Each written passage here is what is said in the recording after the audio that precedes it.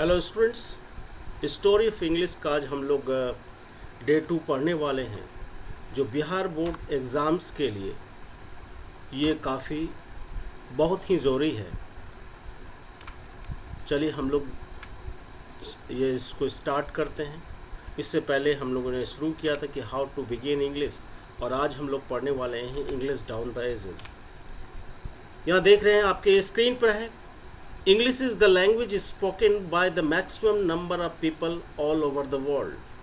English is the language spoken by the maximum number of people all over the world. यानी कि पूरे संसार में ज़्यादा से ज़्यादा लोगों के द्वारा जो है इंग्लिश बोला जाता है, या कह सकते हैं दूसरे शब्दों में इंग्लिश एक भाषा है जो कि पूरे संसार में ज़्यादा से ज़्यादा लोगों के द्वारा बोला जाता है।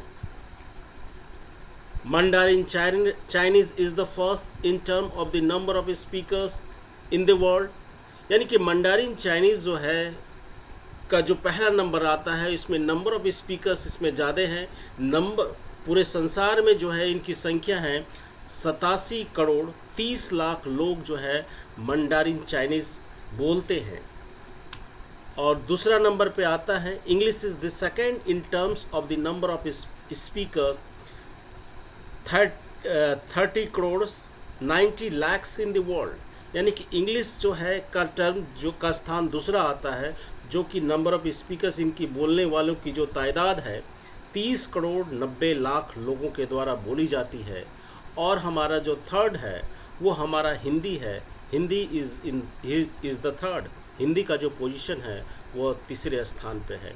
यानी कि सबसे पहला जो है वो मंडारिन चाइनीज़ जो बोला जाता है उसमें 87 करोड़ 30 लाख लोगों के द्वारा बोला जाता है। इंग्लिश का स्थान द्वितीय स्थान पर है, 30 करोड़ 90 लाख लोगों के द्वारा बोला जाता है। और हिंदी का स्थान जो है तीसरे स्थान पे है। हम लोग ये रहा स्क्रीन पे देखते हैं, periods in the history of language. माने कि हिस्ट्री ऑफ लैंग्वेज का जो पीरियड्स है, माने कि इंग्लिश के इतिहास का जो पीरियड है वो कौन कौन सा पीरियड है, ये बहुत ही इम्पॉर्टेंट है। इससे स्टूडेंट इसको रट लो और डेफिनेटली आपका जो इससे क्वेश्चन आना ही आना है।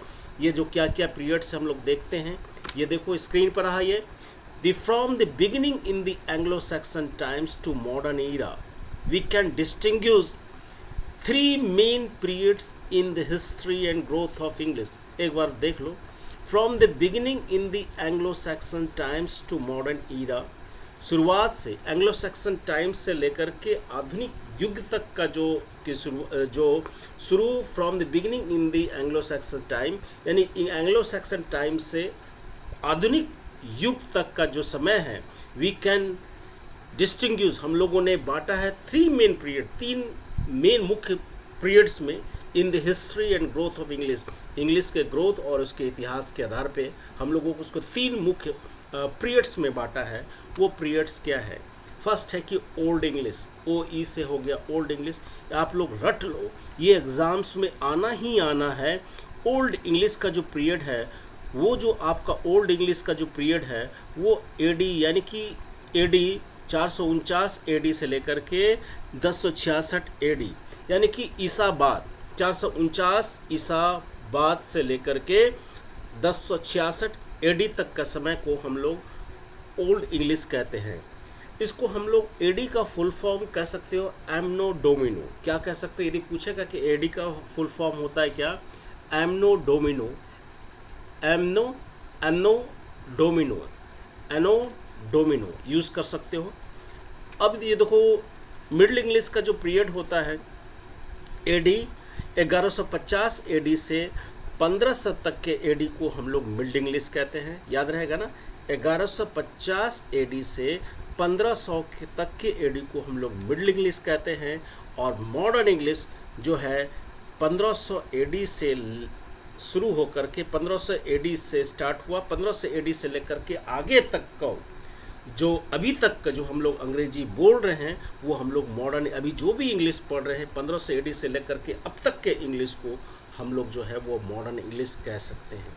यानी कि जो क्रोनोलॉजिक इसको जो हिस्ट्री ऑफ इंग्लिश को जो मेनली जो है 3 पीरियड्स में बांटा गया है। क्या है बोलो? Old English, middle English modern English, old English, middle English, modern English. Old English का जो पीरियड है 449 एडी से लेकर के 1066 एडी तक। मिडल इंग्लिश का पीरियड है 1150 एडी से लेकर के 1500 एडी तक। मॉडर्न इंग्लिश का जो पीरियड है 1500 से लेकर के अब तक का जो इंग्लिश है वो मॉडर्न इंग्लिश है। तो कितने सारे परिवर्तन हुए हैं, ओल्ड से मिडल आया, मिडल से मॉडर्न आया। अब हम लोग चलते हैं आगे, स्क्रीन पे हम लोग देखते हैं आगे क्या है। ओल्ड इंग्लिश का क्या है? Old English is known as a dark age. देखो बहुत इंपॉर्टेंट पॉइंट है, ये एग्जाम्स में आ ही गया है, स्टूडेंट्स इसको रट ही लेना। ओल्ड इंग्लिश का जो old English is known as the dark age, यानी कि ओल्ड इंग्लिश को डार्क एज के युग से जाना जाता है, अंधेरा एज के जाना जाता है। Literatures produce during the ages was not much significant, यानी डार्क एज से ही जो स्पष्ट हो जाता है कि उसमें ज़्यादा विकसित नहीं हुआ होगा, ज़्यादा से ज़्यादा चीज़ों का जो है विकास नहीं हुआ होगा।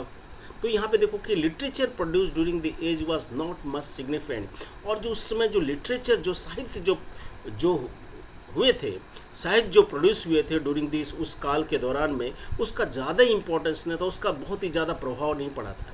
यानी साहित्य का उस काल में बहुत ही ज़्यादा इम्पोर्टेंस नहीं था, उसका बहुत ही ज़्यादा सिग्निफिकेंस नहीं था। अब यहाँ पे दे सकते हैं मिडल इंग्लिश का जो क्या पीरियड है, तो हम लोग एक चीज़ जाने कि ऑब्जेक्टिव क्वेश्चन में आएंगे कि ओल्ड इंग्लिश को हम लोग डार्क एज के रूप में जानते हैं। अब लोग मिडल इंग्लिश की बात करें तो middle English from AD 1150 onward, यानी 1150 से जो शुरू हुई है और became as a language of the literature, यानी 1150 से जो शुरू हुई, जो लैंग्वेज लिटरेचर का लैंग्वेज कहा जाता है, यानी कि साहित्य की भाषा कही जाती है, एज ए साहित्य की भाषा के रूप में जानी जाती है। तो 1150 फ्रॉम एडी 1150 ऑनवर्ड्स जो became as a language of literature, यानी कि 1150 से जो शुरू हुई, जो जाना गया, became as a language of literatures है। Language enrich through the extensive borrowing from French and Latin, ये जो लैंग्वेज जो इसमें बहुत जो लैटिन और फ्रेंच और लैटिन को से का जो शब्द है उसको उधार लिया गया, उसकी भाषा को जो है उससे लिया गया। तो language enrich through extensive borrowing from French and Latin, है ना। अब नेक्स्ट चलते हैं, invention of printing press in 1476 also enrich English, यानी कि प्रिंटिंग प्रेस का जो आविष्कार जो है 1476 में हुई, जो कि इंग्लिश को काफ़ी इनरिच, काफ़ी ऊंचाई तक में पहुंचाई, काफ़ी इंग्लिश को एक लेवल तक पहुंचाई।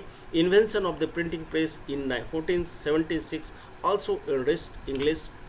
अब देखो कि इसमें ग्रेट वॉवेल शिफ्ट का इस्तेमाल हुआ। तो ग्रेट वॉवेल शिफ्ट क्या होता है, इसी मिडिल इंग्लिश पीरियड में ही ग्रेट वॉवेल शिफ्ट का इस्तेमाल हुआ था। तो ग्रेट वॉवेल शिफ्ट में होता है क्या, the great vowel shift was a series of charge in the pronunciation of English language, primarily between जो है 1400 से स्टार्ट हुआ था, उसको डाला गया था, और ये जो है साउदर्न इंग्लैंड में हुआ था।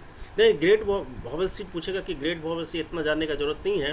ग्रेट वॉवेल शिफ्ट का जो स्टार्ट हुआ था वो मिड इंग्लिश में ही हुई थी, और ये साउदर्न इंग्लैंड में जो है इसका जो सबसे ज़्यादा प्रभाव जो था वो जो हुई थी, वो जो था वो बिगनिंग हुए थे साउदर्न इंग्लैंड्स में हुई थी। कहाँ पे हुई थी? साउदर्न इंग्लैंड में हुई थी, ठीक है।